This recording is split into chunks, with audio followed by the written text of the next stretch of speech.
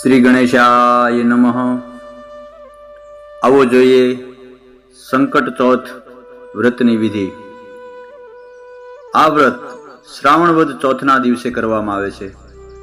આ વ્રત કરનારે સવારે વહેલા ઉઠી સ્નાન કરી ગણપતિ દાદાની મૂર્તિનું સ્થાપન કરવું અને એમની પૂજા કરવી, સ્તુતિ પ્રાર્થના કરવી।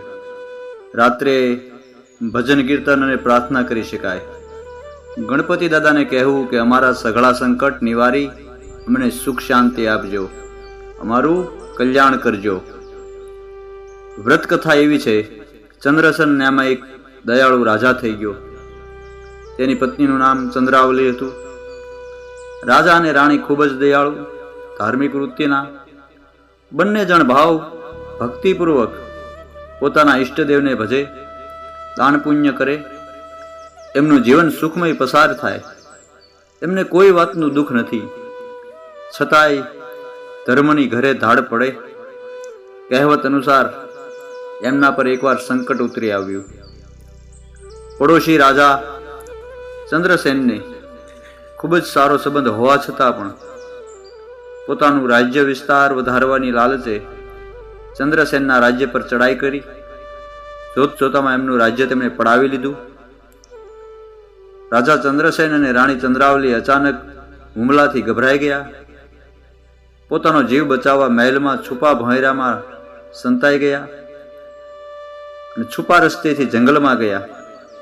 નસીબના પાસા વળા પડે ત્યાં રાજમહેલમાં વસનારા રાજા રાણીને પણ જંગલમાં ઝૂંપડી બાંધીને રહેવું પડે। બધા નસીબના ખેલ છે, ઘડીકમાં રાય તો ઘડીકમાં રંક।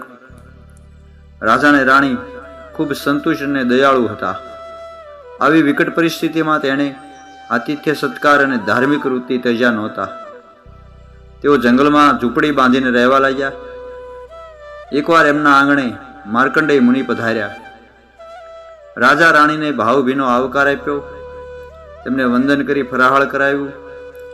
ત્યાર પછી પોતાની ઓળખાણ આપી, પોતાના પર આવી પડેલા દુઃખના નિવારણ વિશે એમને પૂછ્યું। તેના ઉત્તરમાં મુનિએ કહ્યું કે હે રાજન, તમે શ્રાવણવદ ચોથના દિવસે સંકટ હર વ્રત કરો તો જરૂર તમને ફાયદો થશે અને તમારું છીનવાઈ ગયેલું રાજ્ય પાછું મળશે।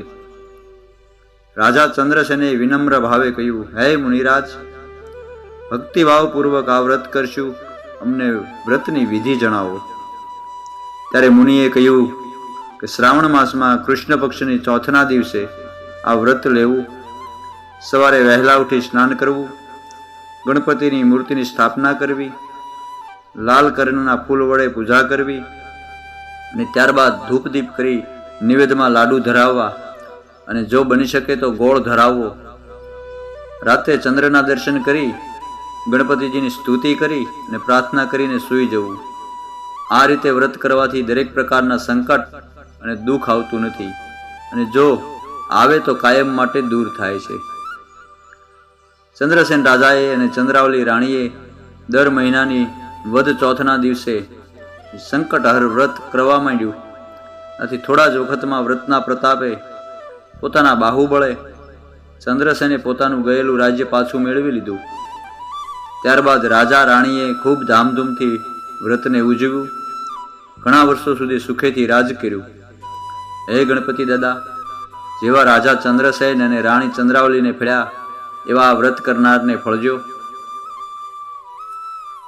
જય ગણપતિ મહારાજ।